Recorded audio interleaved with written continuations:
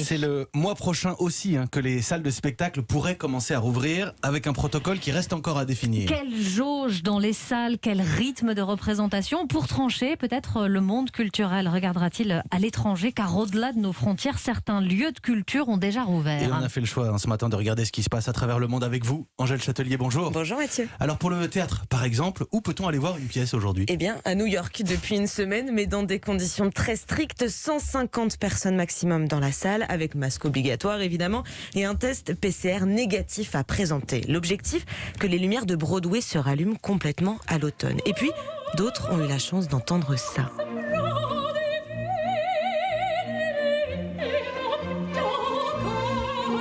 La Traviata, qui a été jouée en décembre à Barcelone. Là, pareil qu'à New York, jauge réduite, masque, et tout est fait pour que les spectateurs le gardent pendant l'entracte. Les bars sont fermés dans les salles et les rideaux restent levés entre deux actes pour que les spectateurs contemplent le changement de décor et restent à leur place. Et pour le cinéma ? Et pour les cinémas, eh bien, on reste en Espagne, puisque pour l'Europe, c'est l'un des seuls pays où les salles sont ouvertes. Le masque y est obligatoire là aussi. Interdiction de manger des pop-corn, mais faute de films, 42% des cinémas ont porte close dans le pays. Malgré tout, c'est un modèle dont s'inspirent les professionnels en France pour ouvrir au plus vite. Et parmi ces lieux culturels, il y en a un prioritaire, Angèle, dans l'Hexagone, ce sont les musées. Oui, c'est l'un des lieux les plus faciles à contrôler. D'ailleurs, en Allemagne, quelques-uns ont pu rouvrir dans des conditions sanitaires très strictes. Et là aussi, notre correspondante Hélène Kohl a pu le constater à Berlin. Sans test négatif et un ticket acheté à l'avance, on ne met pas un pied à la National Gallery. Un vigile contrôle chaque visiteur. Aller au musée est une démarche en soi, reconnaît Katerina derrière son masque FFP2. On avait tout prévu. On s'est fait tester à 10h ce matin et puis on avait réservé le musée à midi. C'est super. C'est en tout cas bien mieux que quand tout était fermé. 30 000 billets ont été vendus en 2 semaines. Raphaël Gross, le directeur du musée d'histoire allemande. La joie des gens, leur impatience à aller voir de l'art, de la culture dans les musées, tout ça nous a surpris.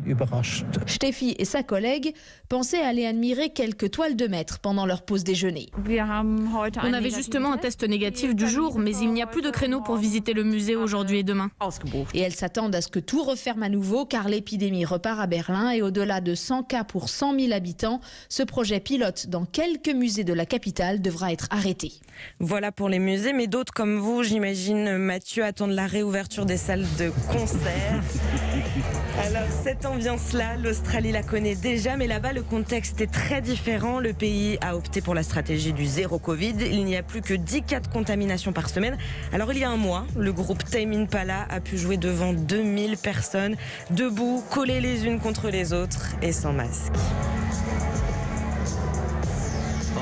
Pas bien les instruments, c'est brouillon, mais c'est ça, c'est du live. C'est ce qui manque aussi un petit peu, franchement, plutôt que la musique toute propre qu'on écoute à la maison. Tiens, en parlant de concert, on a appris également le report de la tournée d'Indochine.